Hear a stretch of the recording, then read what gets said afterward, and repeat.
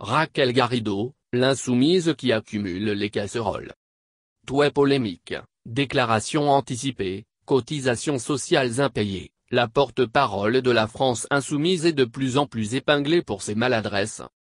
De plus en plus exposée. Et de plus en plus épinglée.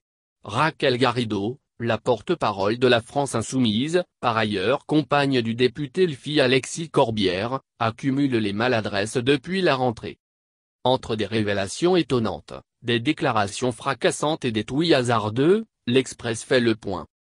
L'insoumise aux cotisations sociales. C'est le pavé dans la mare jeté, ce mercredi, par le Canard enchaîné.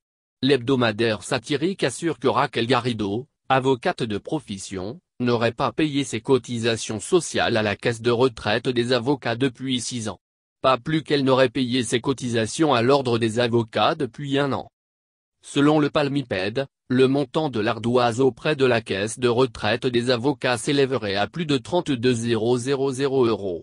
Contactée par l'AFP, l'insoumise pourtant toujours prompte à dénoncer les cadeaux fiscaux faits aux plus riches, n'a pas souhaité s'exprimer. L'insoumise à la sobriété. La règle est pourtant simple, après un drame, il faut être sobre sur Twitter. Surtout dans les premières heures. De la sympathie et de la compassion. Point. Au risque de voir les portes des enfers s'ouvrir sous vos pieds. Une règle dont s'est largement affranchie Raquel Garrido samedi soir. Moins d'1 heure après la chute d'une barrière lors de la rencontre de Ligue 1 entre Amiens et Lille, qui a fait une trentaine de blessés, la porte-parole de la France insoumise a dénoncé dans un tweet l'inégalité financière entre les clubs de football. Un tweet rapidement dénoncé puisqu'au moment de sa publication, les éléments du drame étaient encore très flous, et que Raquel Garrido a été contrainte de supprimer. Ce qu'elle ne fait que rarement. L'insoumise autant. Quelques jours après la manifestation parisienne de la France insoumise contre la réforme du travail, le 23 septembre, Raquel Garrido devient la risée du web. La raison ? S'être félicitée à plusieurs reprises, dès le lendemain sur C8, de l'immense succès du rassemblement. Problème, la chronique de Raquel Garrido dans les Terriens du dimanche n'est pas diffusée en direct mais a été enregistrée 2 jours avant la manifestation. Matériellement, celle-ci n'avait donc pas la possibilité de prédire si la manifestation, qui a rassemblé entre 30 000 et 100 000 personnes, allait être un succès ou non. L'insoumise au protocole. D'ordinaire, les conférences de presse sont réservées, comme leur nom l'indique, à la presse.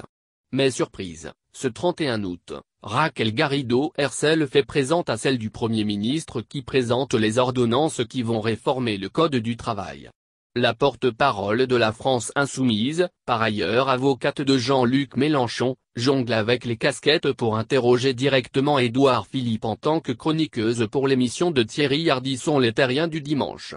Une émission qu'elle a annoncé rejoindre au cours de l'été. Un mélange des genres parfaitement assumé par Matignon, mais aussi par l'intéressé. La moins insoumise au capitalisme. Surprise ce 14 juillet. L'émission de Thierry Ardisson Salut les Terriens révèle que Raquel Garrido sera une des chroniqueuses de Terriens du dimanche, la petite sœur de SLT. Une émission diffusée sur C8, chaîne de la TNT appartenant à Vincent Bolloré.